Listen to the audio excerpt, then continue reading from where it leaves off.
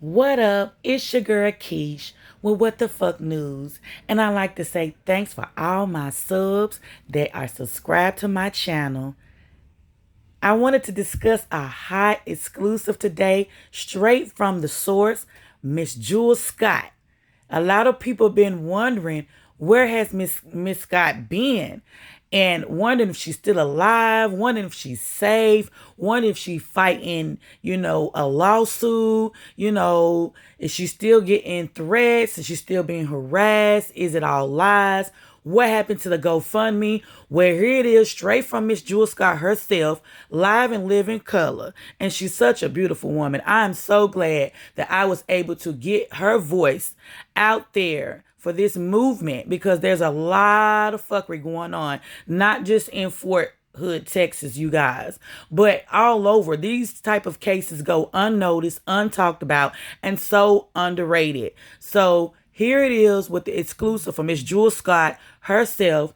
If you guys ain't following her, please do to stay updated. And also, she also has a YouTube, you guys. So stay tuned and tap in with your girl with What the Fuck News.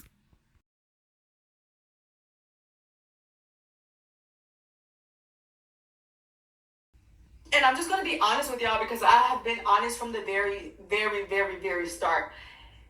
Where am I now? And I thought long and hard before I decided to say that. I'm not going to feel bad for choosing me and to put my mental health above anything else. So I wasn't going to say that, but it's no reason to lie. It's no reason to hide it. It's no reason to, to keep it to myself.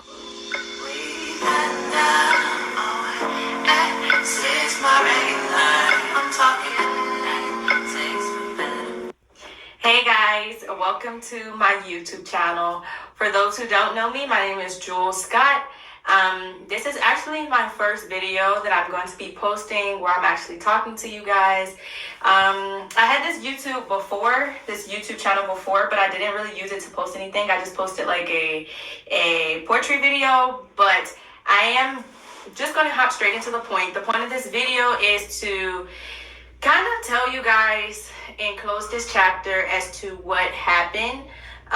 Pretty much to just give some closure to those people who, one, were supporting me. Like, to this day, I'm still getting so many supportive messages, and people reaching out, just wanting to know that am I safe? Where am I? How did it end with Fort Hood? Am I still fighting the case? Just many questions from people who have supported me throughout the journey that just want to know that I am safe ultimately, and that things have gotten better for me since I've last posted on my social media account. Another thing that I want to be able to achieve from doing this is just close this chapter of my life. Not necessarily close it as in forget about it, but I don't want it to be something that I left like on a cliffhanger. Don't want people to still be wondering where I am, where I went, what happened. I just want to close this chapter of my life in a sense and embark in new things. So I'm just going to go ahead and get right into it. If you see me looking down, it's because I did jot down a few notes, a few things that I did want to discuss, and I don't want to forget anything. So if you see me looking down, that's why.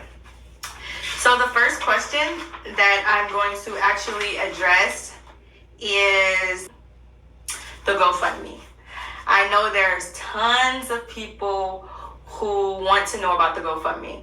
And I'm so appreciative to everyone who gave. I'm very thankful to everyone who gave. It did not go unnoticed, and it was able to do a lot of great things for me throughout the transitioning process and while I was still on Fort Hood fighting the situation. Okay, so one thing that I did notice that in the GoFundMe bio, people chose to ignore the complete title and the complete purpose for it. So if you go back and you look at the GoFundMe, well, you probably can't do it now unless you have the link saved, because I did take it down.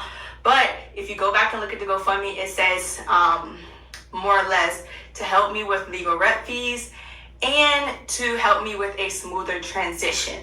Okay, so first I'm going to start with the legal rep fees. Finding a lawyer was not easy as people think, and I'm going to give you reasons why it was not so easy.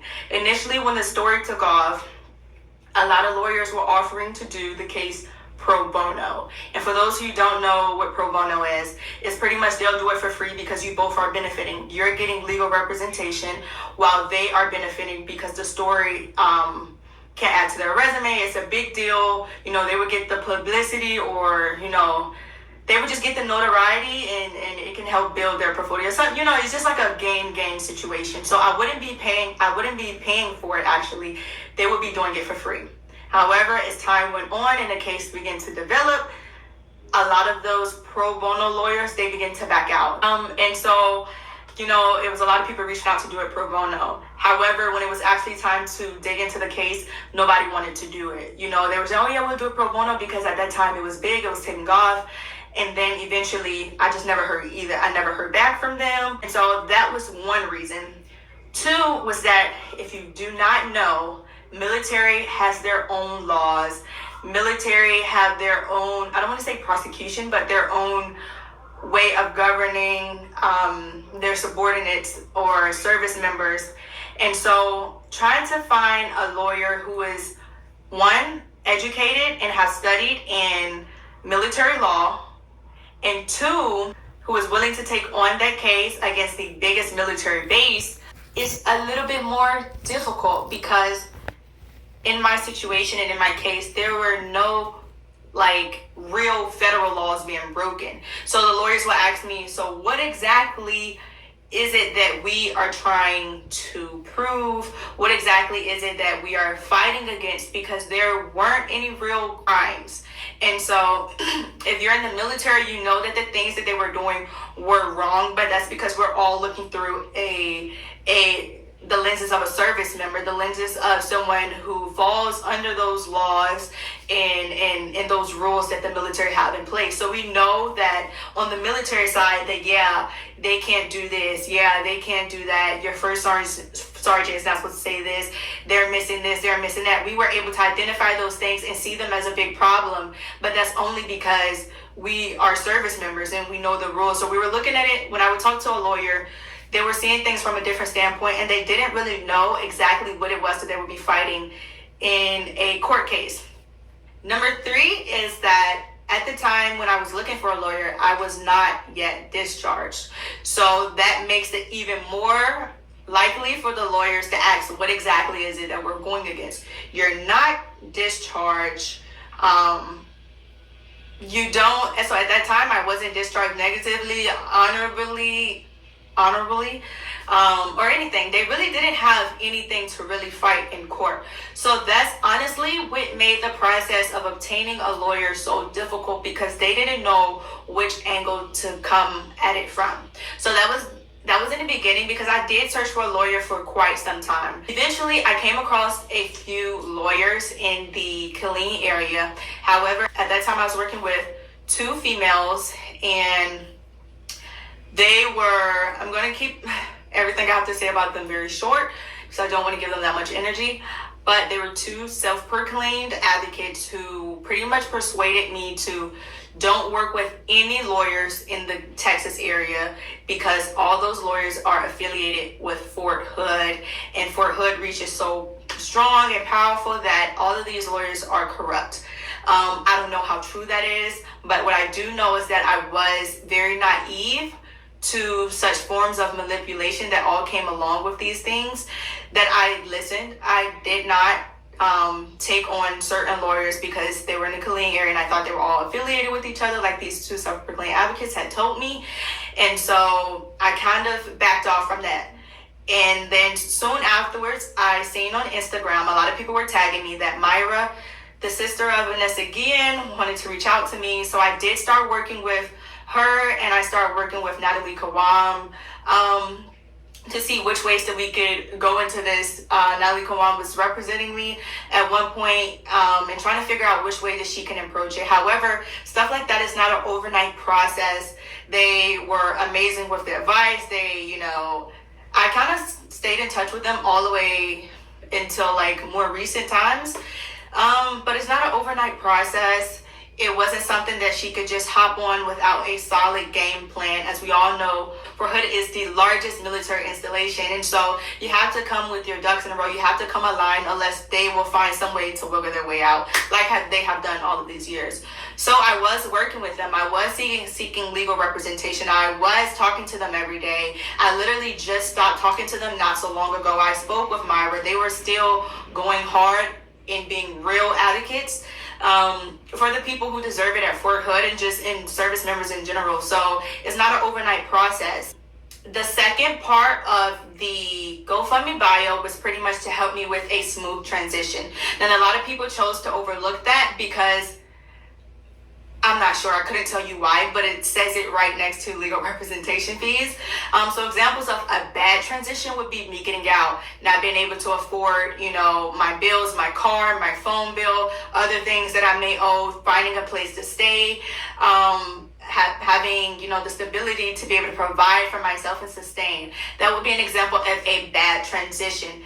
A good transition, would be the exact opposite. Getting out, being able to afford my car and paying off bills, being able to, provide for myself with food, a place to stay, somewhere to sleep, those type of things. And that was mentioned in the title of the GoFundMe, and people chose to overlook it. For some people, it may be a convenience for them to overlook it. For some people, they already had the narratives of how they wanted to perceive me. And then other people, they was just easily influenced by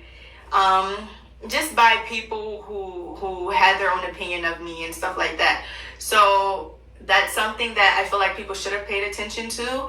And unfortunately, that wasn't the case for some people. They gave and felt like she didn't get a lawyer, so she used our money for other things. It was people who claimed they were really close to me, and they said that I went to Columbia to get a BBL and all types of stuff. And as you can see, I am still 120 something pounds, so that obviously that was a lie.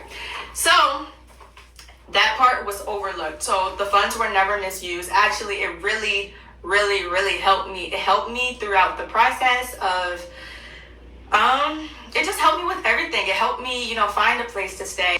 It helped me to be able to just have that smooth transition that I spoke about, or that I put in the title of my GoFundMe page. So now that finally concludes the GoFundMe, and I just want to say once again, to conclude that again, is that thank you so much. Thank you so much to everyone. It did not go unnoticed. I can't even explain and express to you in words my gratitude for everyone who decided to give and help me in that way, and everyone else who gave to me in other ways, whether it was spiritually, mentally, who was there for me emotionally, whatever that may be. But thank you guys once again. Moving on. Why did I disappear, or where did I go? So what kind of happened with that was, if you know me, I'm a firecracker. I'm going to fight until the death. I don't mean that literally, but I am going to fight. I'm not going to let anyone silence my voice, as you all have seen over those past few months. However, during the time where I was discharged, I think maybe 2 weeks after being discharged, like I said, it was these two females that took it upon themselves to pretty much slander my name. And I'm assuming that this is how it went, so do not take my word for it, but it all aligned up perfectly. Once I decided to remove myself from these females, once real advocates were putting me onto their forms of manipulation, they were offended. They felt some type of way about it, so they decided to take to the internet and talk about me and slander my name or whatever. And I'm just assuming, I don't know for sure, but they had people report my account. I heard they started they started a campaign to have my GoFundMe removed. They started a lot of different things. It was to the point where I almost began to sue them for defamation, because they had no real substantial proof. And if you've seen my story, if you have been following me, you've seen that everything that I have posted have been backed by hardcore evidence, i.e. audios, pictures, messages, recordings, all you name it, I had it. And I made sure that I presented those things when I was trying to make claims about people. However, that was not the case for them. They began to slander my name, so forth, so on. Like I said, I don't want to give them too much attention. And so pretty much I believe that people begin to report my account, report my GoFundMe. And during that time, I don't know, like within maybe a week, or not even a week, it was a few days after they took to the internet, my Instagram was disabled. Now, during this time, I was kind of freaking out because I still had so much I wanted to say, so much that I wanted to put out about my command, things that were still occurring, so much that I didn't get the chance to inform you guys on that was occurring on that base. But my Instagram was disabled. I felt confused. I was frustrated. I was upset. I felt like my voice had been taken away from me. And I had advocates reach out to me and say, hey, you need to get back out there. Don't let no one silence your voice. Start a new Instagram, do all these things. And I'm not going to lie, at that time I was overwhelmed. I was like, you know what? Maybe this is a sign from God that I need to slow down and just let him handle it and give it all to him, because I was getting so overwhelmed. I couldn't sleep at night. I mean, that's been going on for forever since I've been in Fort Hood, but it was a lot to take on. People don't understand how hard it is to go from, like, literally, I don't want to say nobody, because I always felt like I was somebody, and I am somebody. But to go from the average or normal person in your day-to-day life to all of a sudden the whole world has eyes on you. And so I was overwhelmed. I was tired of hearing this negativity. I was tired of, and not that it all was negative. I had tons and tons of people reach out to me with positivity, and I still do, but I was overwhelmed. I can't really explain to you in words. So I thought that maybe this was a sign from God that, hey, you know, you did the best you can do. You try to expose the things that you can expose. You try to be that voice for people who didn't get the chance to speak up, or who may have been scared to speak up. You know, all different reasons. You did the best you can do. Take this time, focus on you, heal spiritually, mentally, physically, you know, and focus on you right now. Let them have the narrative. Let them have, you know, the back and forth on the social media platforms. Let them put you out, because what I have for you is going to be for you regardless, and no man can open and close that door, you know. And so I was like, you know what, God, you're right. They can have it. I'm going to, you know, just take this time to try to heal myself. And that's exactly what I did. I kind of withdrew myself from everybody. I withdrew myself from everything. Friends. I mean, I didn't really have any friends before. Family. Everything. I kind of just went MIA and reflected on everything and tried to just, you know, detox. People downplay, or maybe they don't understand, or maybe they weren't service members, or maybe they didn't have the same experience as me in a duty station or under certain leadership. But it's not easy. You're taking on such a big military base like this, and you feel kind of like you're by yourself trying to actually take action. So I was overwhelmed, so I took a step back. Fast forward to a few days ago, I was talking to God. I'm like, God, should I get back out there? I know it's a lot of people wondering what happened to me. People who just have genuine concern. People who just want to know, you know, am I okay? Am I safe? Because it is scary to see somebody posting all these crazy things and then disappear. And I know what I would think if I was someone supporting that person or just the movement, the cause. So I was talking to God like, God, should I get back on there? Should I do this? I'm overwhelmed. I don't know if I can handle all the craziness again. My life is currently coming back full circle. I'm at peace. At first, when the account got deactivated, it wasn't even giving me the option to get the account back. It was like, that's it. Like, it said that I was impersonating somebody that I wasn't. That was the community violation that I had. And so I was like, it didn't even give me the chance to get it back. Maybe this is a sign. But a few days ago, I don't know, out of nowhere, I said, you know what, let me just try, because I seen people were still trying to find ways to reach out to me, and that's not fair to them that they supported me all this way, and I just left them on a cliffhanger, probably seriously worried, and I truly believe that. So I said, you know what, let me just try it. Long story short, after a ton of crazy things, with the verification process that I am the person that I say I am, that I am on Instagram. Finally got it back. And so that's kind of what happened and why you didn't see me on social media. But I was also taking the time to heal. I was taking the time to figure out what it is that I want to do with my life. I was discharged in a little more or less 2 weeks. I took the time to get myself together, and and I got back on there, and I'm here. And like I said, I want this to be the last time that I have to talk about this in this manner. I am a person. I am someone. I do have dreams and aspirations. I have other parts of me than this military story that's lingering over me. It's very important that we do continue to share awareness and bring awareness, to the situation and things that goes on. But I am someone, I don't want to have to talk about my story in this situation, in this manner. I would say more so this manner. It's not really the story, it's the manner, much longer. So I feel like I talked about that for a long time. So moving on, the last question I'm going to answer is, what is the update with Fort Hood? Am I still fighting them? Have they reached out to me? Have I heard anything about investigation? And yeah, things in that area. So the first thing, am I still fighting Fort Hood? I'm going to be fighting Fort Hood until I die. I'm going to make sure that even if I'm not talking about my story, I'm going to be advocating for other people. I'm never going to stop standing up for what's right. So am I still fighting Fort Hood? Absolutely. I'm never going to stop fighting Fort Hood, and I'm going to expose them every chance that I get. So yeah, before as specific to my case, honestly, and it took me a long time to realize this, but it's really nothing that I can fight in a court of law.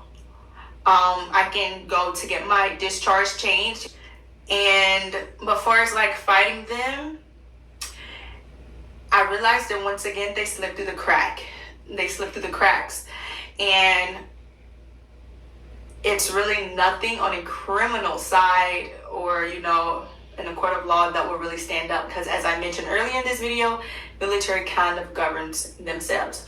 So, but in terms of just fighting in general, yes. I have a little sister that's in the military. My brother is in the military, and that's never going to be a fire that dies out of me, because I feel like awareness needs to be brought to these things. And so that's kind of where I'm at. I'm still talking to, certain advocates to, see what it is that we can do to kind of bring more light to these things, and just hope for the best that people will begin to be held accountable. As far as an investigation, before I got out, I did meet with an investigation officer at IO from Fort Hood. I have never heard anything back from that IO since we left out of that Starbucks. So nobody has reached out to me for more information.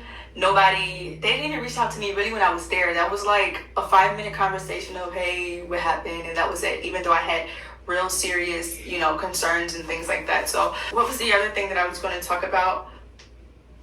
And I'm just going to be honest with y'all, because I have been honest from the very, very, very, very start. Where am I now? I am living outside of the country. And I thought long and hard before I decided to say that.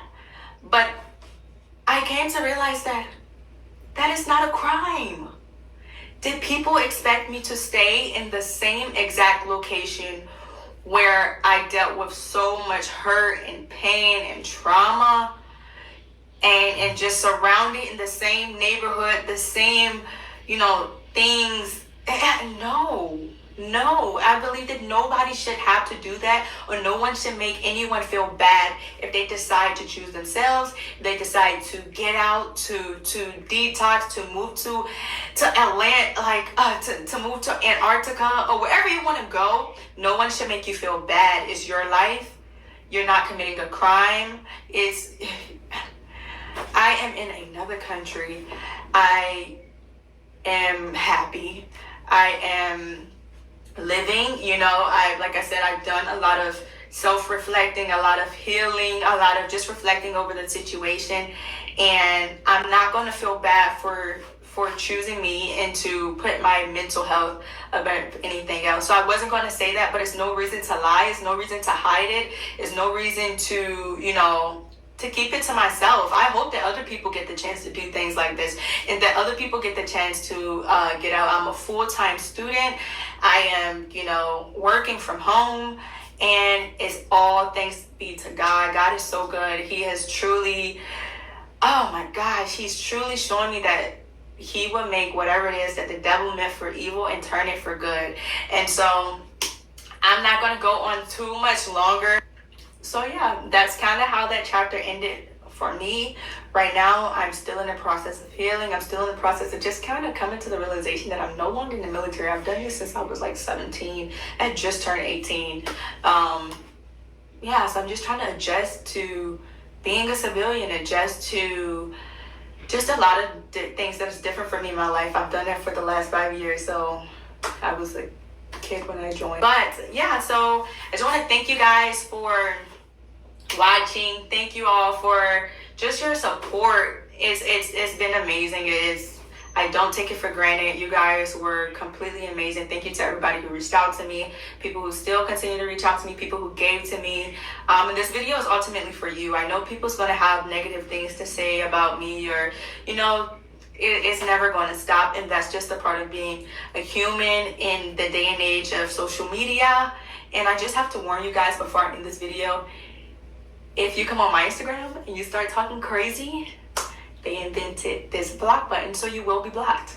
And I'm not going to feel bad about it. Nobody's going to make me feel bad about it. If you come on my page writing crazy comments, it will be erased, and then guess what? You will be blocked. Same thing with this video. I don't know, maybe I will do the same thing. Like erase your comment and block you. And simple as that. I deserve to protect my peace and everyone else. So thank you guys for watching this video. I hope that gave you the closure that you needed. And if you want to know more information about exactly where I'm at, how is it, that's what this channel is going to continue to be about. Travel, tapping into just living your best life. And I don't say that very loosely, but your life is literally what you make it. So if you want to know more about travel and how it is being so young, living out of the country, you knew me, I always wanted to live in this destination. Every picture on my Instagram is in this destination. And so just continue to follow me. If you're not subscribed already, please hit the subscribe button. Be sure to press the bell. That way you'll be notified every time I post a video. And the next video that I'm going to post is going to give you so much more details more about me, where I'm at, how I like it, what was it like, getting here and everything like that. So thank you guys for watching, and I will see you guys next time.